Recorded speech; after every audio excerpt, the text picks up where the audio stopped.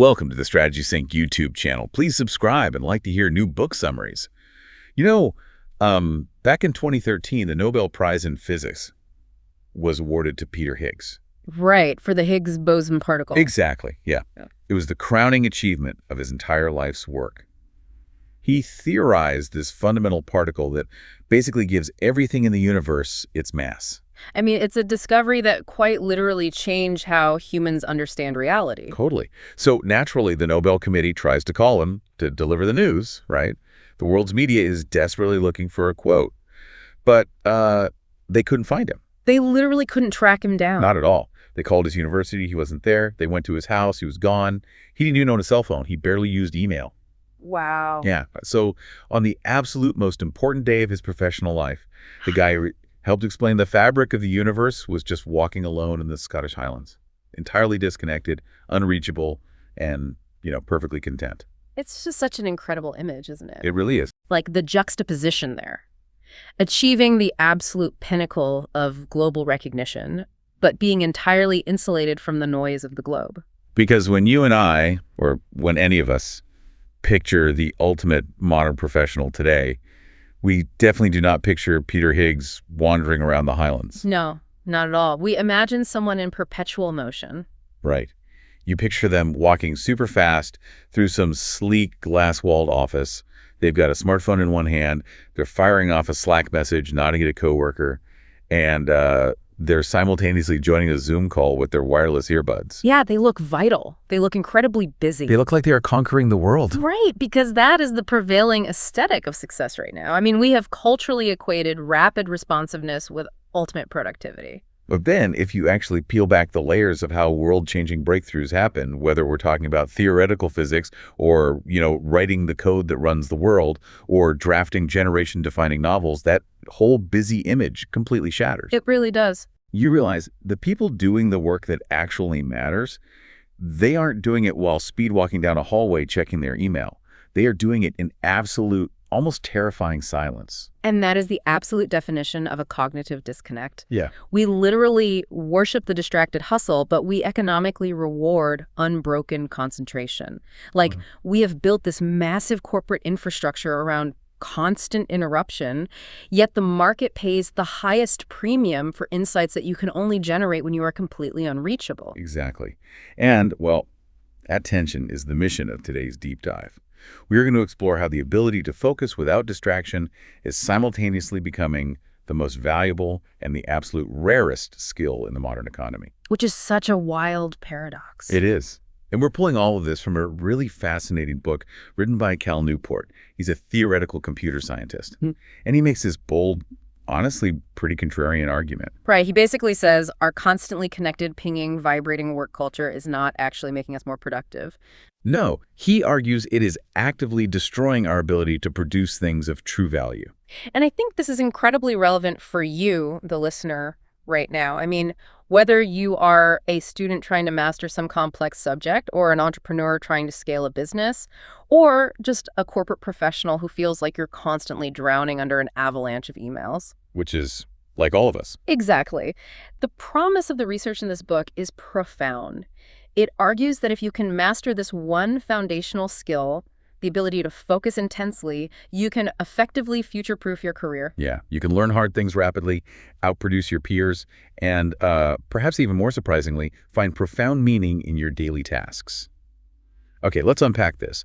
And to do that, we actually need to go back in time, because before we can really diagnose what is broken in the modern workplace, we have to look at how historical greatness was actually achieved. Right, because it almost always required a very specific type of environment. Yeah, so let's talk about Carl Jung in 1922.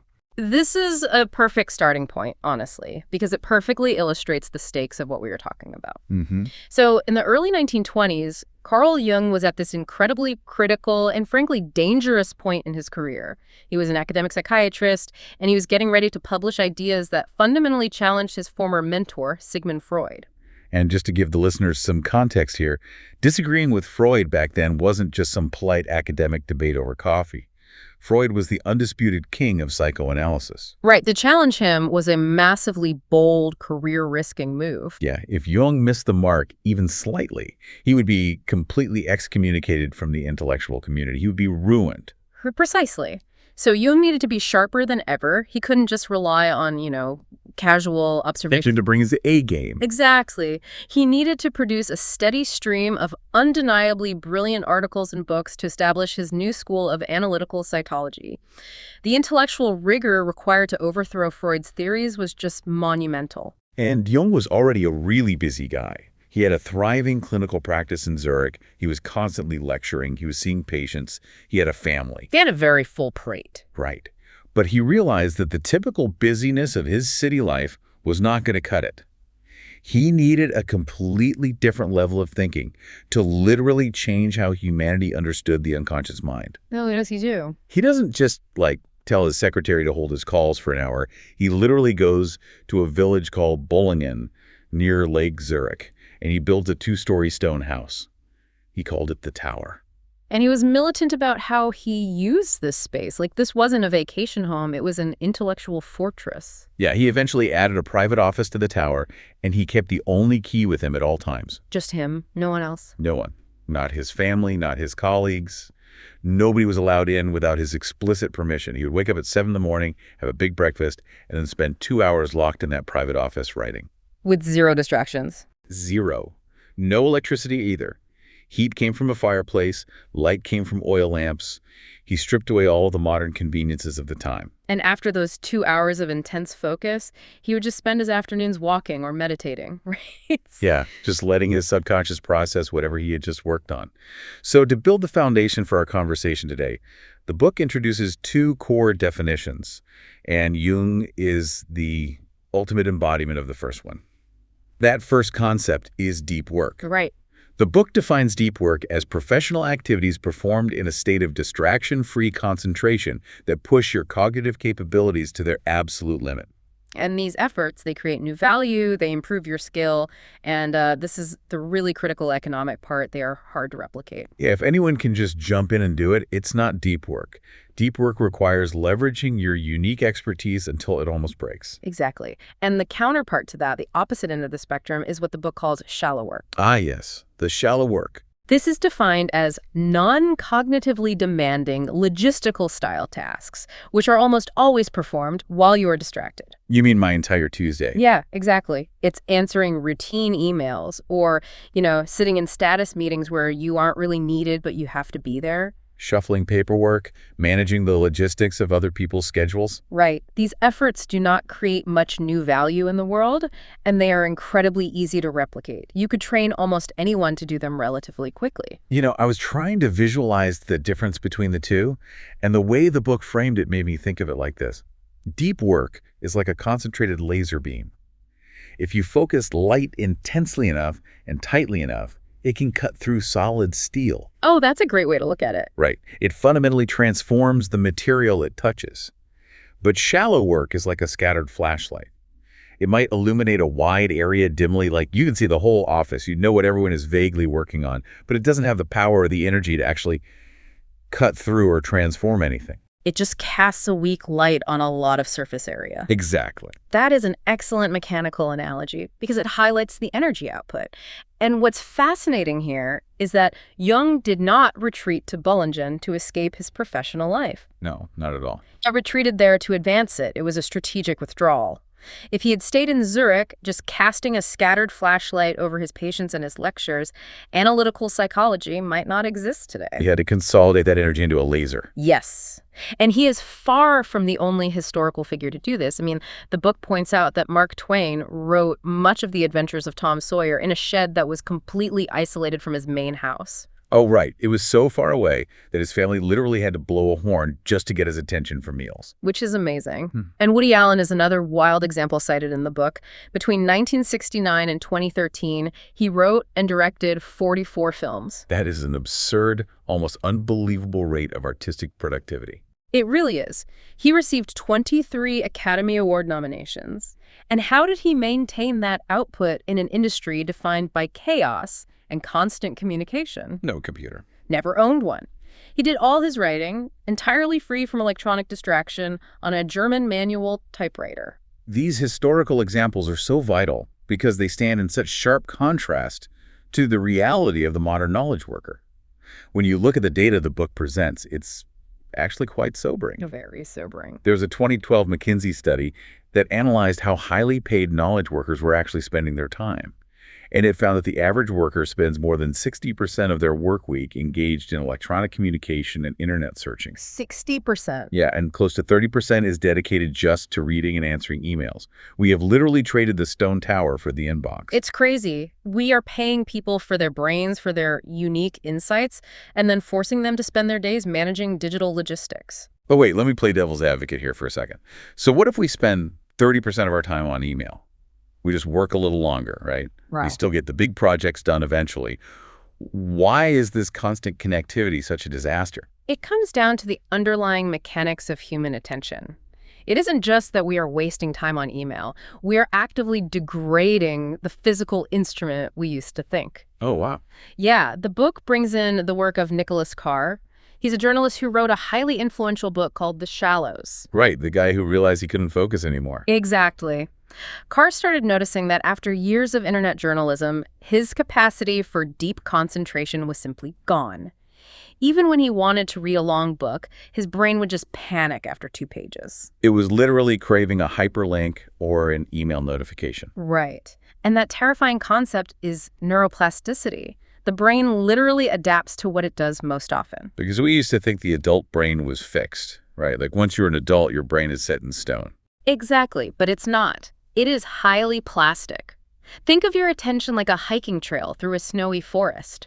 Every time you switch from a complex spreadsheet to check a Slack message and then bounce to an email and then back to the spreadsheet, you are tramping down a new path in the snow. Okay, I see where this is going. If you do that hundreds of times a day, you create a slick, deep, icy groove of distraction.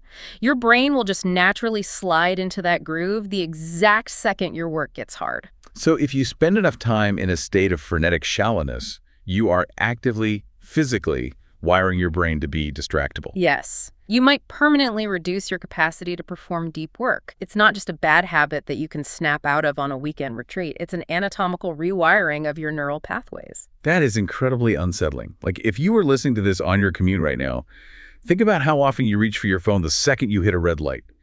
We are literally training our brains to be terrified of a single moment of unbroken thought. We really are. Which brings us to the core thesis of the book's argument.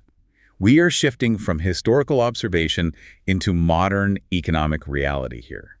This is what Newport calls the deep work hypothesis. Yes, the core idea. It states that the ability to perform deep work is becoming increasingly rare. At exactly the same time, it is becoming increasingly valuable in our economy. Therefore, the few who actually cultivate this skill and make it the core of their working life will absolutely thrive. That is the crux of the entire discussion. Rare and valuable. Let's break down why that is, starting with the value side of the equation. Why is depth more valuable now than it was, say, 50 years ago? Well, let's ground that in a real story from the book. There's this guy, Jason Ben. He graduated from an elite college with a degree in economics and took a job as a financial consultant. Now, on paper, that sounds like a great start. He's a knowledge worker, making good money. Right, but he quickly realized his daily reality was incredibly tedious. He was essentially acting as a human spreadsheet. A human spreadsheet? That sounds awful. It was. His firm produced these massive, complicated reports for banks, and it required hours of manual manipulation of data in Excel, copying, pasting, adjusting cells. It literally took Ben 6 hours per report to do this. Right, but Ben was smart enough to realize this process was highly inefficient. So he taught himself how to use Excel macros. Which is a great move. Yeah, he read some articles, strung some code together, and he automated that mind-numbing 6-hour manual process into a single button click that took less than an hour. Which is brilliant, but as the book points out, it triggered a massive existential crisis for him. I bet. He realized that his entire 6-figure economic value wasn't based on his elite intellect at all. It was based entirely on his willingness to endure spreadsheet friction. Right. The moment he coded that macro, he realized he wasn't a knowledge worker. He was an obsolete human router. Exactly. If his entire professional output could be replaced by a basic script that a 23-year-old taught himself on a Tuesday, he was incredibly vulnerable in the modern economy. He realized he needed hard skills. He needed to learn how to write actual software, not just manipulate cells. So he decides to quit his consulting job and become a computer programmer. But here's the hitch. Programming is hard. Very hard. It requires intense, uninterrupted concentration on highly abstract concepts. You have to hold complex logical structures in your head. It requires deep work. And Ben, like most of the modern workforce, was heavily addicted to the internet. Oh, heavily. He admitted he was spending something like 98% of his free time surfing the web, checking social media, clicking through links. His brain was completely wired for shallowness. Completely. He physically could not stay focused on a coding textbook. So what does he do? He goes full Carl Jung. He really does. He takes this radical, almost violent approach to his environment. He locks himself in a room with absolutely no computer, just coding textbooks, note cards, and a highlighter. He literally quarantined himself from digital distraction. He read the books, highlighted the concepts, transferred them to note cards, and practiced recalling them out loud. And let's be clear about the mechanism here. At first, this was excruciating for him. I can imagine. His brain must have been screaming for those quick dopamine hits of novelty that a browser provides. Exactly. The friction of holding his attention on a dry textbook was physically uncomfortable. But he forced himself to stay in that room, and over time, that concentration muscle began to strengthen. The icy groove of distraction started to fill in, right? Yes, and he built a new neural pathway for focus. He got to the point where he was doing 5 or more disconnected hours of deep work a day. Wow. And after 2 months of this intense cognitive rewiring, he attended Dev Boot Camp, which is this notoriously brutal 100-hour-a-week coding program. And because he had trained his ability to focus, he didn't just survive the boot camp, he dominated it. Half the class didn't even graduate on time because the cognitive load was just too high. But Ben graduated smoothly and immediately landed a job as a developer at a heavily funded San Francisco tech startup, making $100,000 a year. That's incredible. Yeah. He went from a human spreadsheet who was about to be automated out of existence to a highly paid software engineer in 6 months. Entirely because he cultivated the ability to go deep and learn a hard skill fast. Jason Ben's story perfectly illustrates the first half of the deep work hypothesis, why depth is so valuable. We live in an information economy where technology changes rapidly. Right. The coding language you learned 5 years ago might be completely obsolete tomorrow. Exactly. To remain economically valuable, you have to be able to master complicated things quickly.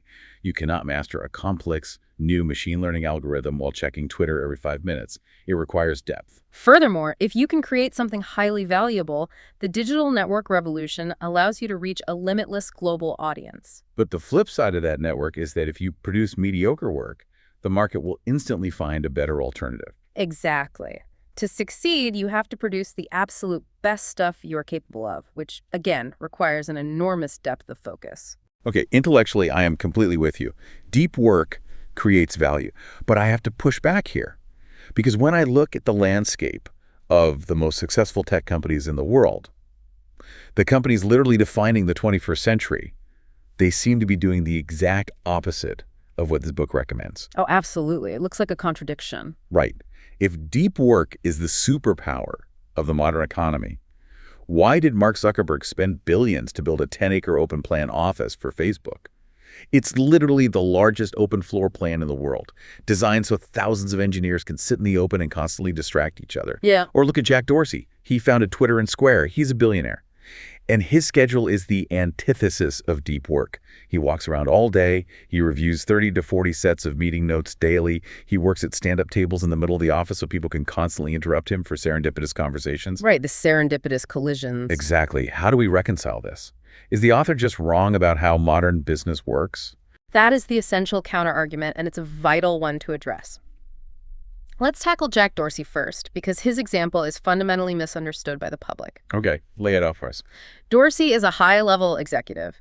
His job is not to write code or design user interfaces. His job is to provide capital allocation, dictate grand strategy, and act as a human decision-making engine for others. So he needs a lot of inputs quickly. Yes. He thrives on shallow, rapid-fire inputs because he relies on his thousands of employees to do the deep work of actually building the platform. The danger is when a mid-level software engineer looks at Jack Dorsey and thinks, to be successful, I need to act like that. You are not a CEO. You are an executor. Right. If the engineer spends all day having serendipitous conversations, the code never gets written. Exactly. But what about Zuckerberg and the giant open plan offices?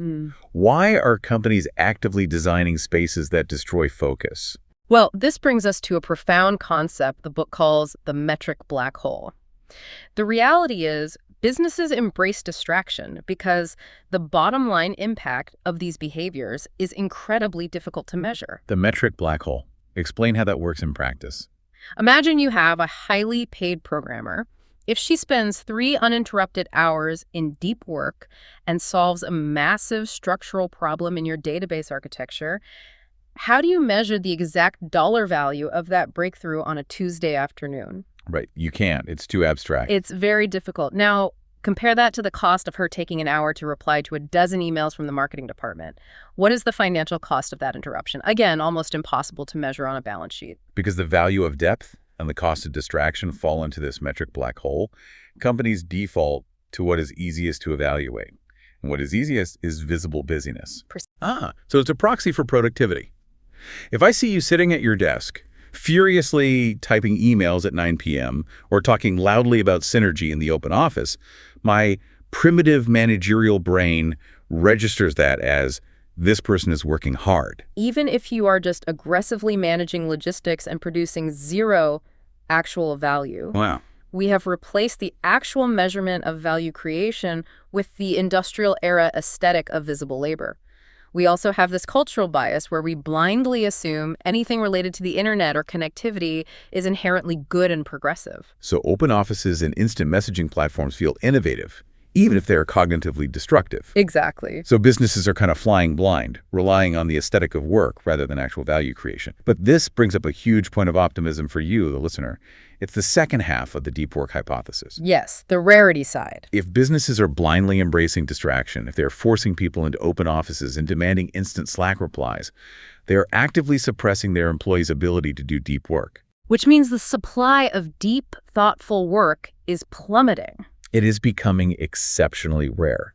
So if you are the one person in your department who figures out how to cultivate depth, you have a massive, almost unfair competitive advantage. It's an arbitrage opportunity. Exactly. You are providing a service, intense, focused, cognitive output that the market desperately needs, but the corporate structure actively discourages. The economic rewards for that are staggering. It makes total sense. But what is truly fascinating about this research is that the benefits of taking advantage of this aren't just economic. They are deeply psychological. Which transitions us perfectly from the macroeconomic landscape to the human experience of deep work. Right. Here's where it gets really interesting. Because you'd naturally think that doing intense, brain-straining work for hours on end would make us miserable. Sure, that's the assumption. The cultural narrative is that relaxing in a hammock or scrolling through a feed is the ultimate happiness, and work is the punishment we endure to pay for the hammock. But the book argues that we actually have the psychology of happiness completely backward. And it introduces this through the incredible story of Winifred Gallagher. She's a science writer. Yes, tell us about her. Gallagher was a successful writer who suddenly received a devastating and highly advanced cancer diagnosis. It's the kind of news that understandably shatters your reality. Of course. But rather than let the terror completely crush her daily existence, she made a very conscious, incredibly difficult decision about her attention. She decided that she would not focus on the disease, the statistics, or the fear. Wow. That takes so much mental fortitude. It does. She decided to give her rapt attention only to things that truly mattered to her. Her writing, her close friends, a beautiful piece of music, a good movie. Which sounds like a nice sentiment, but she turned it into a rigorous daily practice. She did. And through this terrifying experience, she developed a grand psychological theory. Your world is the outcome of what you pay attention to. Right. From a neurological standpoint, your brain doesn't just passively record reality like a video camera. It constructs reality based on what you choose to focus on. Exactly. If you focus on petty office gossip, the anxiety of a crowded inbox, or the vitriol on Twitter, your brain constructs a world that feels stressful, petty, and dangerous. But if you focus intensely on a meaningful, difficult task or a deep conversation, your brain constructs a world that feels rich, important, and profound. And this isn't just a coping mechanism for trauma. It's backed by heavy empirical psychological research. The book dives into the work of Mihaly Csikszentmihalyi, one of the most famous psychologists of the 20th century. He's the one who coined the concept of flow, right? Yes. To study exactly when people felt the most meaningful happiness, he used something called the experience sampling method, or ESM. And the ESM was a brilliant methodological breakthrough because before this, psychologists would just ask people at the end of the day, how did you feel? But human memory is terribly flawed. We remember the peaks in the end, but not the minute-by-minute reality. Right. So Csikszentmihalyi gave his subjects pagers. Whenever the pager beeped at random intervals throughout the day, the subjects had to immediately pull out a notebook and record exactly what they were doing and how they felt in that precise moment. And the findings were totally counterintuitive to the American dream. Completely opposite. Most people, when asked in the abstract, assume that relaxation makes them happy. We constantly say we want to work less and have more free time to do nothing. But the ESM studies revealed that, in reality, jobs are actually much easier to enjoy than free time. Wait, explain the mechanism there. Yeah. Why does the brain prefer the stress of a job over the peace of a hammock? Because of structure. Jobs have built-in goals, feedback rules, and challenges. They force you to stretch your skills. They encourage you to become involved in the work, to concentrate, to lose yourself in the task.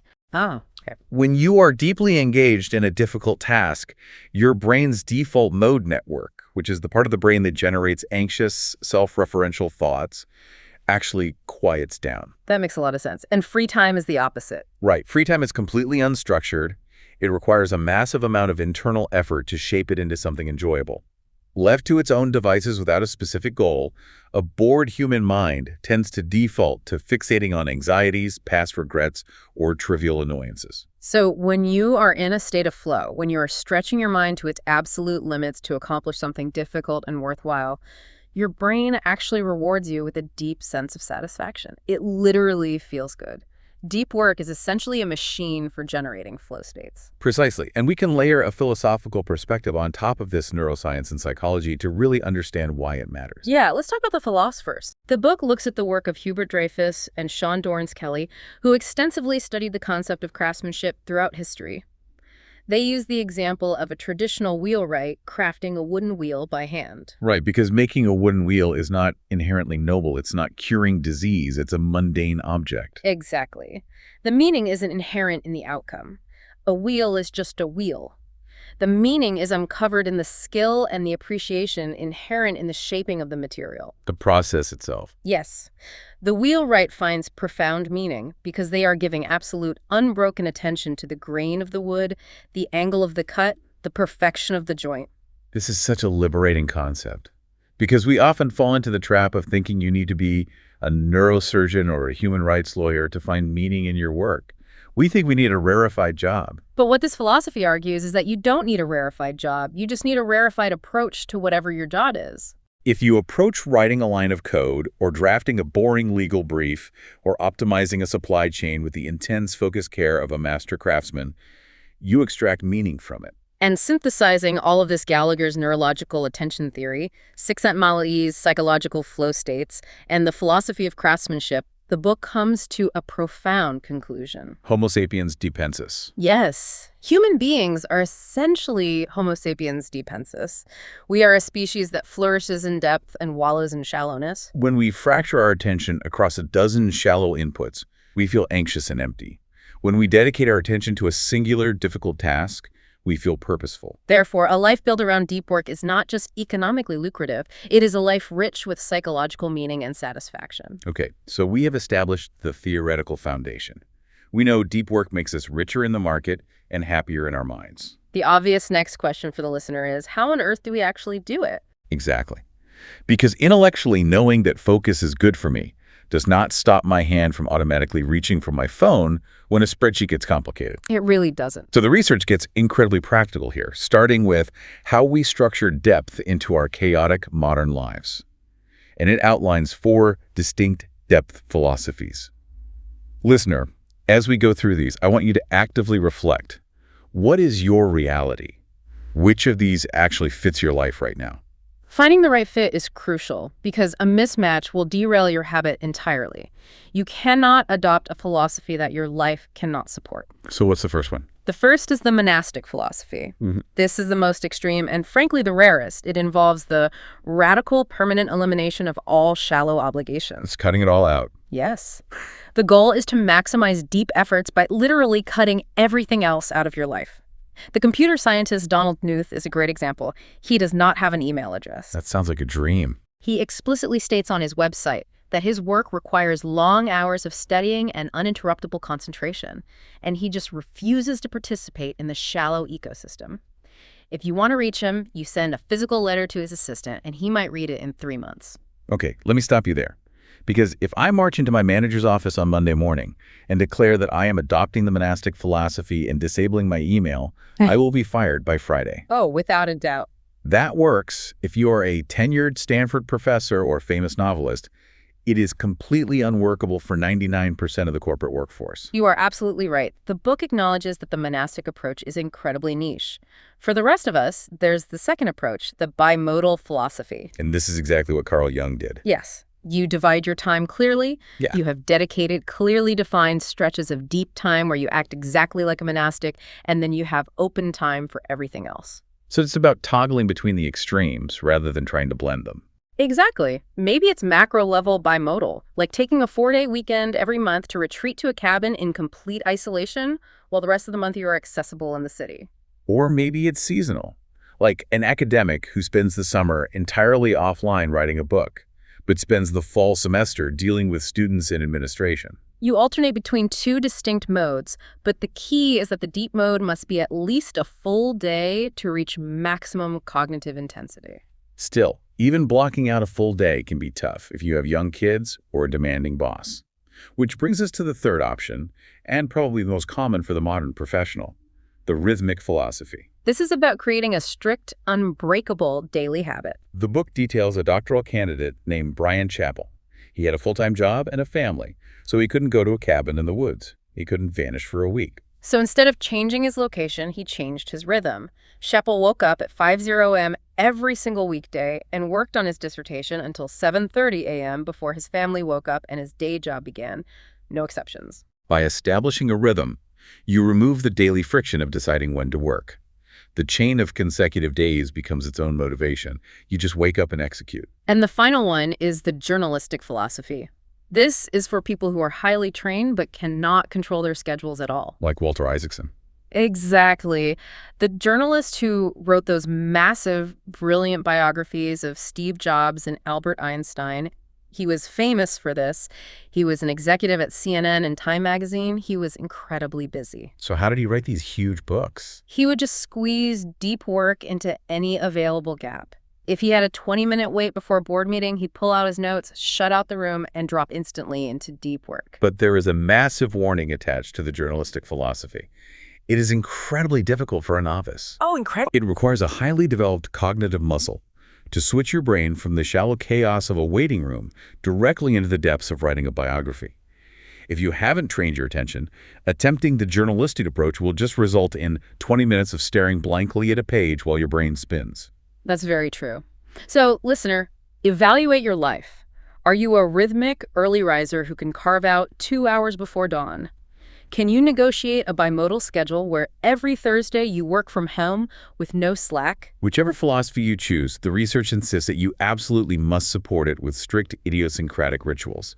You cannot just sit at your desk, tell yourself, I'm going to focus now, and wait for inspiration to strike. No, because willpower is not a character trait. It is a finite resource. If we connect it to the bigger picture, the broader psychology of ego depletion shows that your brain only has so much energy for self-control every day. Right. If you have to constantly litigate with yourself about where you're going to work, what specific task you are going to work on, and whether you should check your phone just one more time before you start, you are burning the very cognitive fuel you need to do the actual hard thinking. You're exhausted before you even type a word. Precisely. A ritual minimizes that friction. It decides all those logistical details in advance so your brain can just execute. The book looks at the Pulitzer Prize-winning biographer Robert Caro. His rituals border on obsessive. Yeah, every inch of his New York office is governed by rules. He knows exactly where his specific reference books are placed. He knows exactly how his notebooks must be stacked. He even wears a suit and tie to the office every single day, even though he works completely alone. It sounds neurotic, but the mechanism makes sense. When he puts on the suit and sees the notebooks aligned, it's a neurological trigger. His brain knows, okay, the argument is over. We're in deep work mode now. It's all about signaling the brain.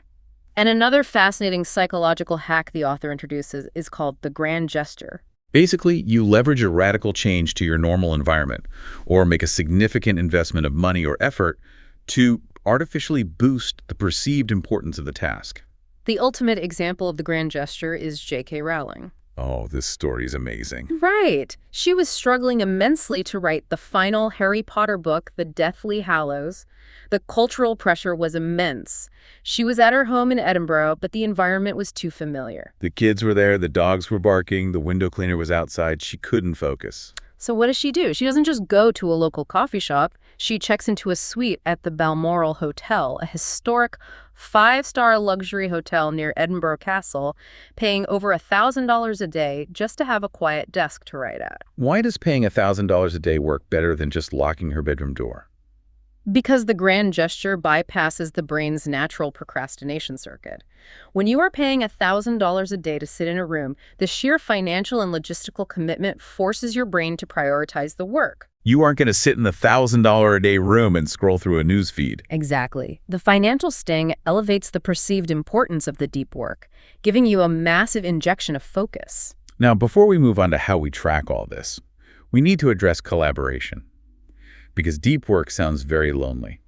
Jung in his tower, Caro in his office alone, Rowling in a hotel. It does seem isolating. But the author argues depth doesn't always mean isolation. It talks about the hub and spoke model, looking at places like the famous Bell Labs, where the solid-state transistor was invented. Yes, the invention of the transistor by Walter Brattain and John Bardeen is a perfect example of collaborative deep work.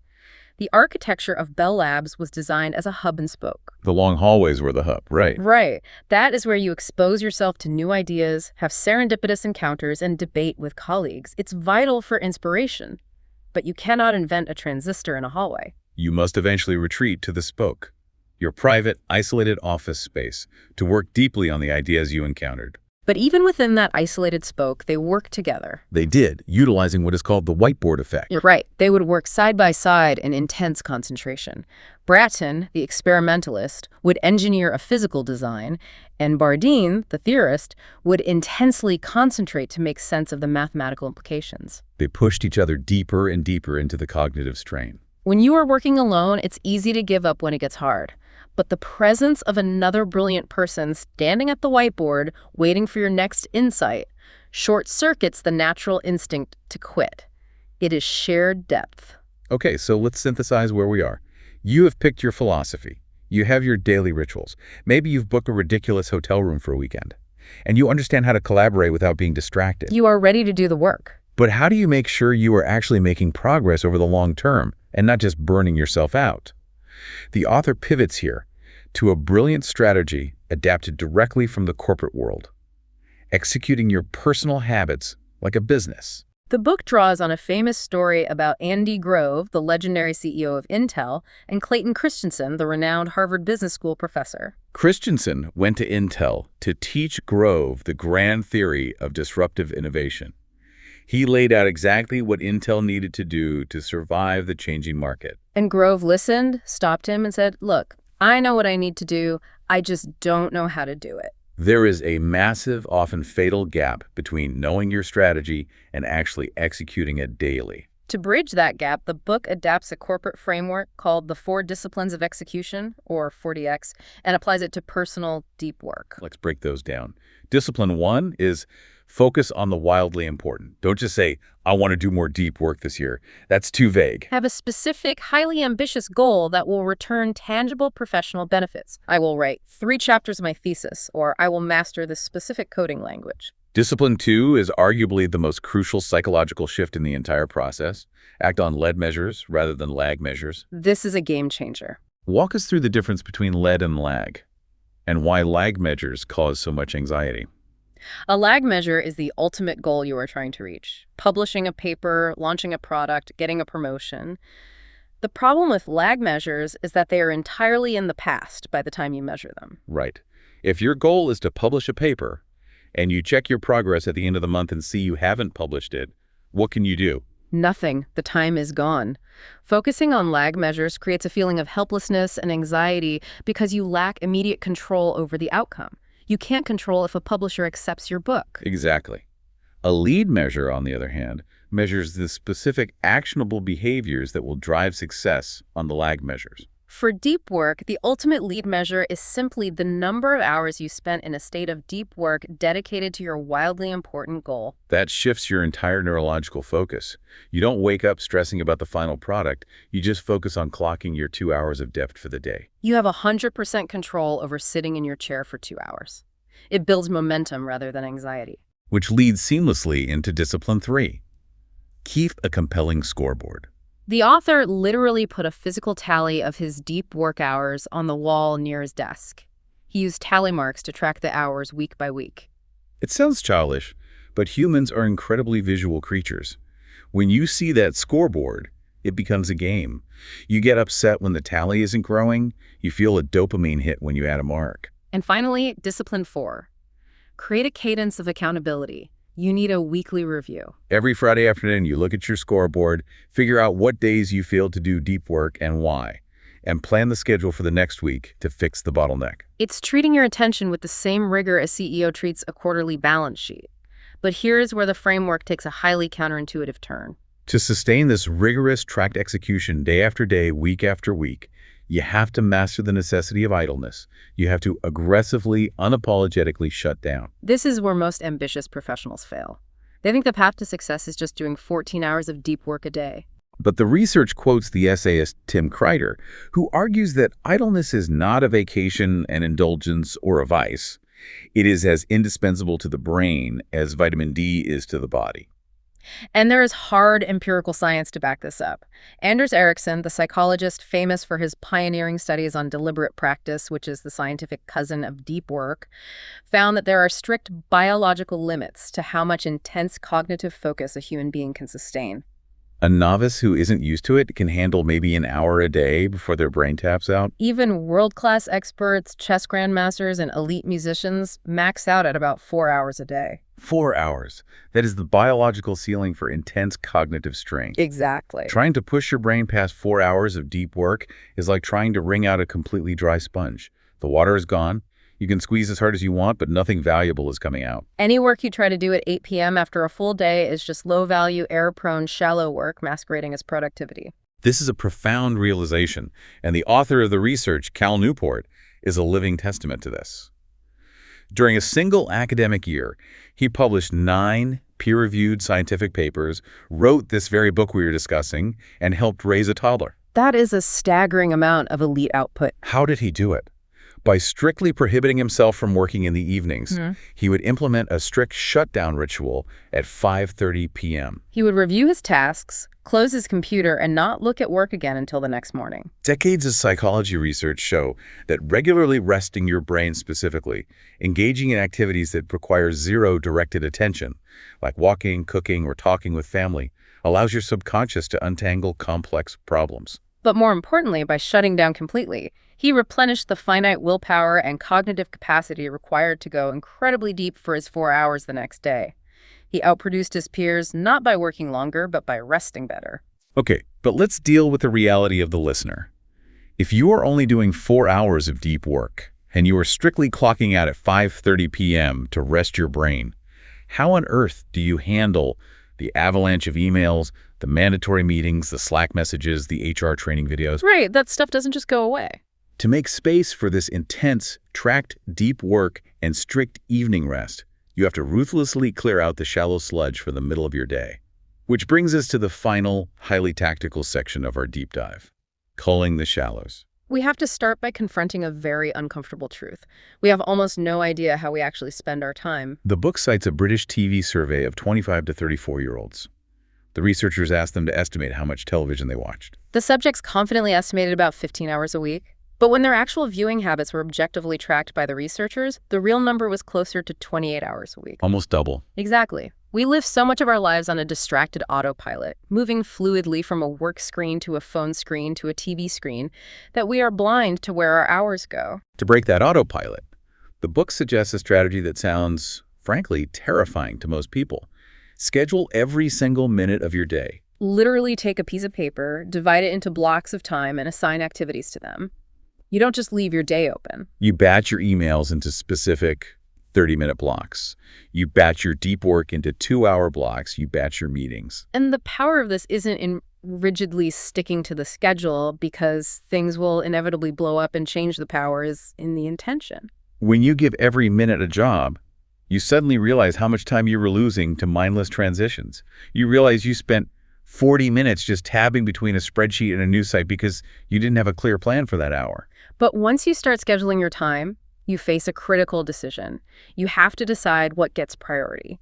How do you objectively distinguish between a task that is genuinely deep and valuable and a task that just feels urgent because it's in your inbox? The book provides a brilliant, ruthless metric for this. When evaluating a task, ask yourself, how long would it take, in months, to train a smart, recent college graduate with no specialized training in my field to complete this specific task? That is a brutal metric, but it is incredibly illuminating. Right. Let's apply it. If you are evaluating a task on your schedule, say, compiling a weekly status report by copy-pasting numbers from 3 different spreadsheets, if a smart college grad could learn to do it in a week, it is shallow work. It is not utilizing your hard-won expertise. It is not generating unique value.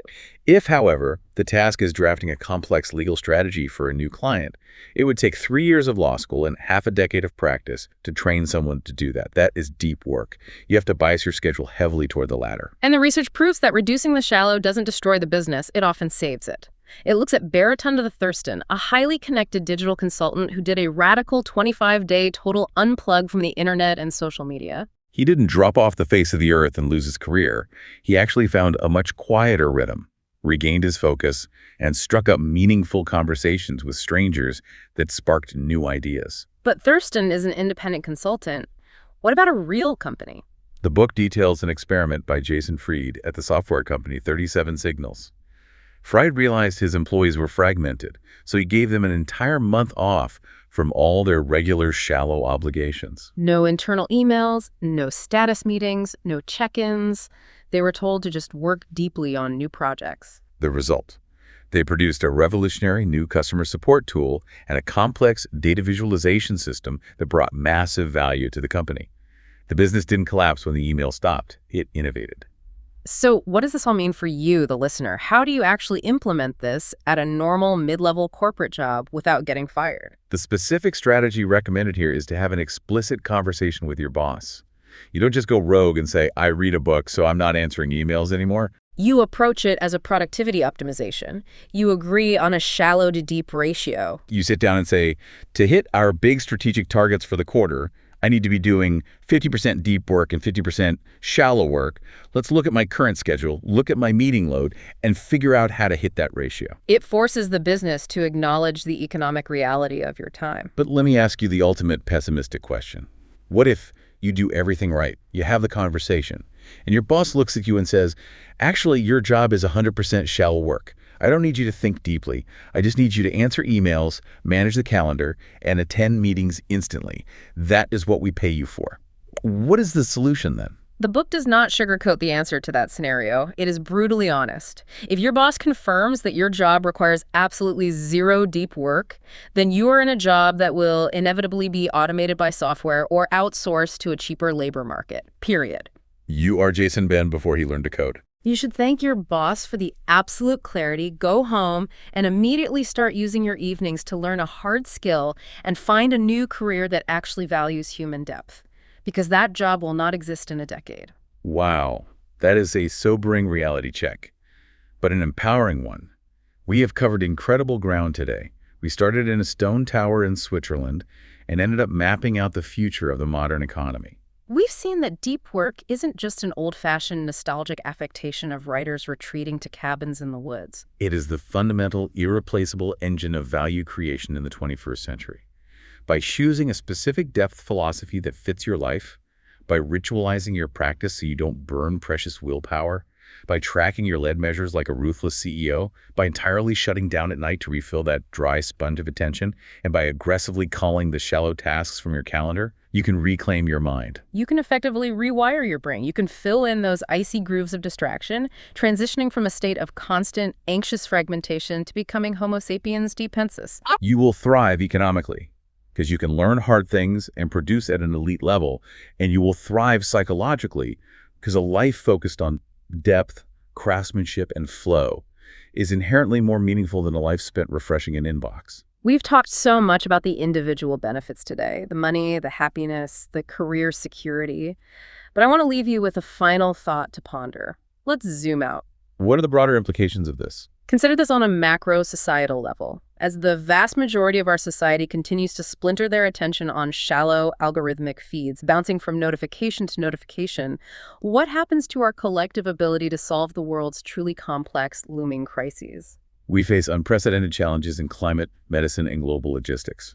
If deep, unbroken concentration was required to invent the transistor or formulate the theory of relativity, what future innovations are we currently sacrificing at the altar of our inboxes? It is a profound existential risk. It's something to think about the next time you reflexively reach for your phone to check a notification. Are we willing to step out of the shallow end to build the things that actually matter? Thank you for joining us on this deep dive. Don't forget to subscribe and tune in next time as we continue to unpack the ideas that shape our world.